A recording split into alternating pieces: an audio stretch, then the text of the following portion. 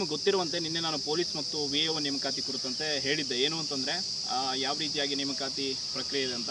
And roster ವಿಚಾರವಾಗಿ ಕೂಡ ತುಂಬ ಈಗ ದೂರುಗಳು ಬರ್ತಾ ಇದೆ. ಅಂದರೆ 3A 3B ಕೆಟಗರಿ ಅವರಿಗೆ ರೋಸ್ಟರಲ್ಲಿ ಸಮಸ್ಯೆ ಆಗ್ತಾ ಇದೆ ಅಂತೇಳಿ ಎಲ್ಲ ಹೇಳ್ತಾ ಇದ್ದಾರೆ. ಅದೊಂದು ಕಡೆ ಸರ್ಕಾರ ನೋಡಿ ಸ್ಪಷ್ಟವಾಗಿ ಕಾಣ್ತಾ ಇರುವಂಥದ್ದು ಒಂದು ವಿಚಾರ ನಮಗೆ ಕಣ್ಣೊರೆಸುವಂಥ ಪ್ರಯತ್ನ ಮಾಡ್ತದೆ. ಅಂದರೆ ಈಗೇನು ಆಸ್ಪಿರೆಂಟ್ಸ್ ಹೋರಾಟ ಮಾಡ್ತಾರೆ ಮತ್ತೆ ನೇಮಕಾತಿ ವಿಚಾರವಂತವಾಗಿ ಗೊತ್ತಾಗಿ ಏನೋ ಒಂದು ಬಿಡ್ತೀವಿ, ಸದ್ಯಕ್ಕೊಂದು ಯಾವುದೋ ಒಂದು ಲೆಟರ್ಗೆ ಅರ್ಜೆಂಟ್ ಅಂತೇಳಿ ಲೆಟರ್ಗೆ ರೆಡಿ ಮಾಡಿಬಿಟ್ಟು ಕಳಿಸುವಂಥದ್ದು ಅದೆಲ್ಲ ಬೇಡ. ಅಧಿಕೃತವಾಗಿ ನಮಗೆ ನೇಮಕಾತಿ ಮಾಡಿರುವಂಥ ಅಧಿಸೂಚನೆ ಬೇಕಾಗಿದೆ.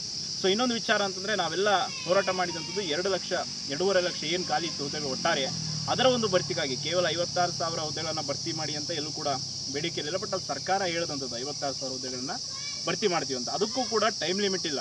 ಈಗ ಸರ್ಕಾರ ಮನಸ್ಸು ಮಾಡಿದ್ರೆ 56,000 ಹುದ್ದೆಗಳಲ್ಲಿ ಒಂದು 10,000 ನೋಟಿಫಿಕೇಶನ್ ಹೊಡಿಸ್ಬಿಟ್ಟು ಇದನ್ನೇ ತಮ್ಮ ಸಂಪೂರ್ಣ ಸರ್ಕಾರ ಮುಗಿಯೋವರೆಗೂ ಕೂಡ ಮುಂದುವರ್ಸ್ಕೊಂಡು ಹೋಗ್ಬಿಟ್ಟು ಅಲ್ಲಿಗೆ ಬಿಟ್ಟು ಹೋಗ್ಬೋದು. ಸೊ ಅದಕ್ಕೆ ನಾವೀಗ ಒಂದು ವಿಷಯದ ಬಗ್ಗೆ ಹೆಚ್ಚು ಗಮನ ಹರಿಸಬೇಕಾಗಿರೋದು ಏನು ಅಂತಂದರೆ, ನಾವೇನು ಬೇಡಿಕೆ ಇತ್ತು ಬೇರೆ ಬೇರೆ ಶಿಕ್ಷಕ ನೇಮಕಾತಿ ಆಗಿರ್ಬೋದು, ಬೇರೆ ಬೇರೆ ನೇಮಕಾತಿಗಳಿಗೆ ಒಟ್ಟಾರೆ ಎಷ್ಟೆಷ್ಟು ಹುದ್ದೆಗಳು ಖಾಲಿ ಇತ್ತು ಸರ್ಕಾರ ತೋರಿಸಿತ್ತು ಸಂಖ್ಯೆಗಳು.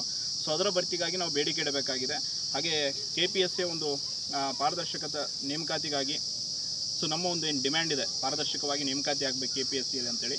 ಆ್ಯಂಡ್ KPSCಗೆ ಕೆಲವೊಂದಿಷ್ಟು ಪ್ರಮುಖ ನೇಮಕಾತಿಗಳನ್ನ ಕೊಡಬಾರ್ದು ಅಂತೇಳಿ ಅದರ ಕುರಿತಾಗಿ ನಾವೀಗ ಹೋರಾಟವನ್ನು ಮಾಡುವಂಥ ಅವಶ್ಯಕತೆ ಇದೆ.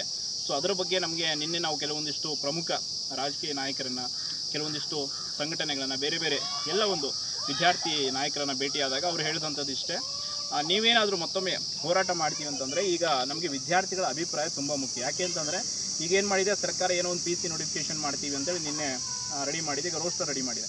ಈ ರೀತಿ ಆದಾಗ ಸ್ಪಷ್ಟವಾಗಿ ವಿದ್ಯಾರ್ಥಿಗಳು ಬಂದು ಕೂಡ್ತಾರಾ, ನೀವು 2 ಅಲ್ವಾ ಅಥವಾ 20 ದಿನ ಹೋರಾಟ ಮಾಡಿದ್ರು ನಾವು ಬೆಂಬಲ ಕೊಡ್ತೀವಿ. ಆ ಹೋರಾಟಕ್ಕೆ ವಿದ್ಯಾರ್ಥಿಗಳು ಅಹೋರಾತ್ರಿ ಆದರೂ ಕೂಡ ಕೂಡ್ತಾರಾ, KPSC ಅಕ್ರಮಗಳನ್ನು ಹೊರತೆಗೆಯೋದಕ್ಕೆ, KPSC ಅಕ್ರಮಗಳ ವಿರುದ್ಧವಾಗಿ ವಿದ್ಯಾರ್ಥಿಗಳಿಗೆ ಯಾವ ರೀತಿ ಕಿಚ್ಚಿದೆ ಅನ್ನುವಂಥದ್ದು ನಮಗೆ ಸ್ಪಷ್ಟವಾದಂಥ ಒಂದು ಏನು ಬೇಕಾಗಿದೆ, ಒಂದು ಮಾಹಿತಿ ಬೇಕಿದೆ. ಸೊ ಅದಕ್ಕೆ ನೀವು ಅದನ್ನು ನಮಗೆ ಸಂಗ್ರಹಿಸಿ ಕೊಡಿ, ನಾವು ಹೋರಾಟಕ್ಕೆ ಬೆಂಬಲ ಕೊಡ್ತೀವಿ ಅಂತ ಹೇಳಿದ್ದಾರೆ. ಯಾಕಂದರೆ ಈ ಬಾರಿ ನಾವು ಬರೀ ಒಬ್ಬರೇ ವಿದ್ಯಾರ್ಥಿ ಸಂಘಟನೆ ಇದೊಂದಲ್ಲ, ಎಲ್ಲರನ್ನ ಸೇರಿಸ್ಕೊಂಡು ಒಂದೇನೋ ಒಂದು ಮಾಡಬೇಕು. ಯಾಕೆಂದರೆ PDO ನೇಮಕಾತಿಯಲ್ಲಿ ಬಹುದೊಡ್ಡ ಹಗರಣ ಆಗಿದೆ, ಅದಂತೂ ಗೊತ್ತಿದೆ. ಆ್ಯಂಡ್ KS ಅಂತೂ ಹೇಳೋ ಆಗಿಲ್ಲ, ಪ್ರಮುಖ ಸಾಕ್ಷಿಗಳೆಲ್ಲವೂ ಕೂಡ ಇದ್ದು ನಾವೇನೂ ಮಾಡೋಕ್ಕಾಗ್ತಾ ಇಲ್ಲ ಅಂತಂದರೆ ಅದು ನಮ್ಮ ಫಾಲ್ಟ್ ಆಗುತ್ತೆ. ಆ್ಯಂಡ್ ಮುಂದೆ ಯಾವುದೇ ನೇಮಕಾತಿ ಅಕ್ರಮಗಳಾದರೂ ಕೂಡ ಅದ್ರ ಬಗ್ಗೆ ಧ್ವನಿ ಎತ್ತೋದಕ್ಕೆ ನಮ್ಗೆ ಆಗಲ್ಲ. ಸೊ ಅದಕ್ಕೆ ನೋಡಿ, ಸುಮ್ಮನೆ ಈ ಕಣ್ಣೊರೆಸುವ ತಂತ್ರಕ್ಕೆ ನಾವು ಬಲಿಯಾಗೋದು ಬೇಡ. ಏನೋ ಒಂದು 5,000 ನಾವು 8,000 PC ನೋಟಿಫಿಕೇಶನ್ ಮಾಡ್ತೀವಿ, ಆಮೇಲೆ ನೀವು ಸುಮ್ಮನೆ ಆಗ್ಬಿಡಿ, ನಾವೇನೋ ಒಂದು ಮಾಡ್ತೀವಿ ಅನ್ನೋ ರೀತಿ ಸರ್ಕಾರ ಅದನ್ನೇ ಒಂದು ವರ್ಷ ಮಾಡ್ಕೊಂಡು ಪ್ರೊಸೆಸ್ ಆ ಥರ ಮಾಡೋದು ಬೇಡ. ನಮಗೇನು ಭರವಸೆ ಕೊಟ್ಟಿದ್ರು, ಎಷ್ಟು ಖಾಲಿ ಹುದ್ದೆಗಳನ್ನ ಭರ್ತಿ ಮಾಡ್ತೀವಿ ಅಂತ ನಮ್ಮಿಂದ ಓಟನ್ನು ಪಡ್ಕೊಂಡು ಅಧಿಕಾರಕ್ಕೆ ಬಂದಿದ್ರು.